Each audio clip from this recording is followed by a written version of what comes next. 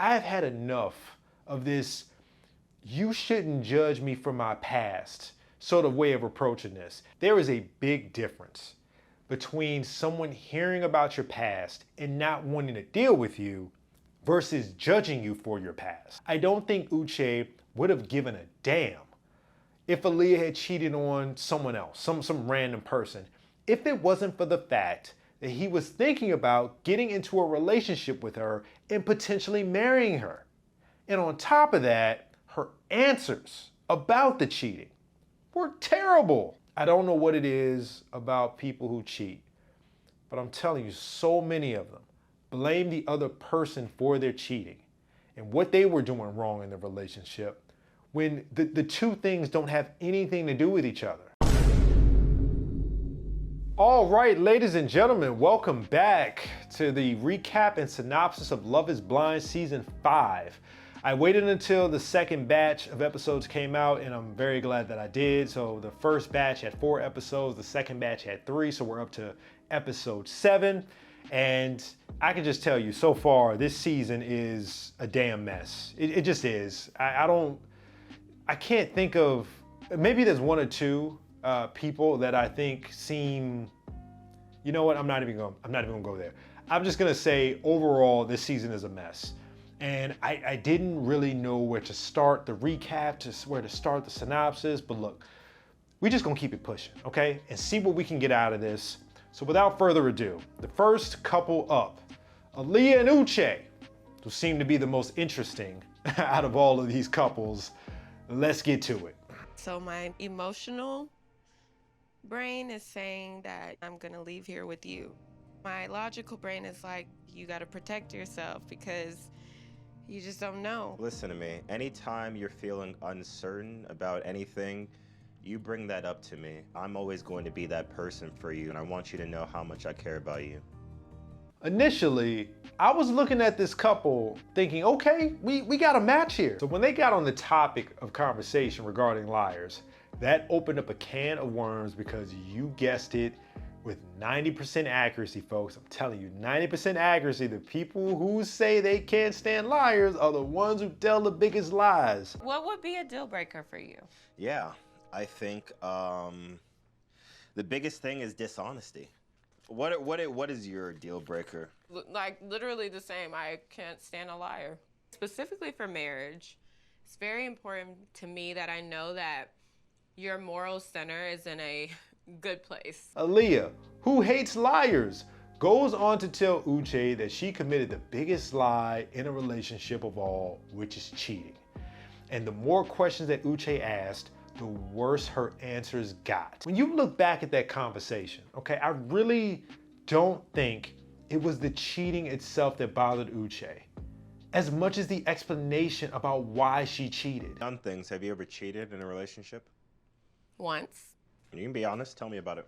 It was in the relationship where I was just not sexually satisfied for 2.5 years. At no point during her initial explanation did she take responsibility or hold herself accountable for what she did until he started calling her out on it.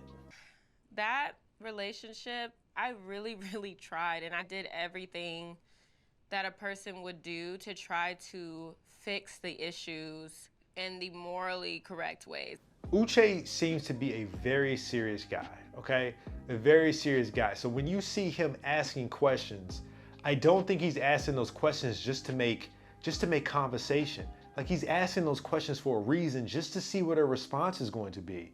And again, I did not hear anything that would show him or tell him that she learned the most important thing from that experience, which is, if you're not interested in somebody, or you've asked them multiple times to do something and they're not able to provide you what you need, you don't go out and cheat on them. You break up with them. And even if you did cheat on them, you don't sit there and blame them for something that you did. So folks, we need to talk about this cheating thing again, okay? Because this is something that we saw again in Bachelorette, and I think there were a couple other times and a few other dating shows where someone admits to cheating and then they give the explanation, and it's a bad explanation. I've had enough of this, you shouldn't judge me for my past sort of way of approaching this. And you know, I think I also heard the, you deserve to have love. There is a big difference between someone hearing about your past and not wanting to deal with you versus judging you for your past. And this interaction, this almost relationship is a perfect example of that. I don't think Uche would have given a damn if Aaliyah had cheated on someone else, some random person, if it wasn't for the fact that he was thinking about getting into a relationship with her and potentially marrying her. And on top of that, her answers about the cheating were terrible. I don't know what it is about people who cheat, but I'm telling you, so many of them blame the other person for their cheating and what they were doing wrong in the relationship, when the two things don't have anything to do with each other. Just because someone isn't giving you either emotionally or physically what you want, that doesn't mean that you can go out and cheat on them. And if you do go out and cheat on them, you can't go and blame that other person for making you do it. I told him that I wasn't satisfied. I made suggestions, like I approached him in a loving way multiple times about our sex. I told him that I needed more, like multiple times. Then why didn't you just break up with him? I was afraid of being alone. What if I don't ever find anybody who will have the good things about him? I don't know. I just sounded like she just wanted to keep the guy around emotionally while she got sex from someone else. So when she explained it aloud, it sounded worse, I think, out loud than it did in her head, I guess 2 years ago, whenever she cheated on her boyfriend. Needless to say, that is the wrong answer. Judging someone for their past, generally speaking, is not okay. But there are a few acts that people are well within their rights to be leery of if you've committed them. Dick said I'm gonna cheat on him because I've cheated before. I don't want to be judged for it though, you know? Is this the guy that you really want to marry? A guy who's gonna judge you this easily? Telling Uche the truth was not a mistake. Yeah. He does not get to judge you. If you've been in a relationship in the past and you've committed physical or verbal abuse, you've stalked your partner, which I guess we'll get into in another video, and then there's cheating. If you've done any of those things, your future partner has a right to hear about them and consider the possibility that you might do it to them. Parents, grandparents, siblings, all of them, you can make an argument for owing you some sort of affection, so some sort of love.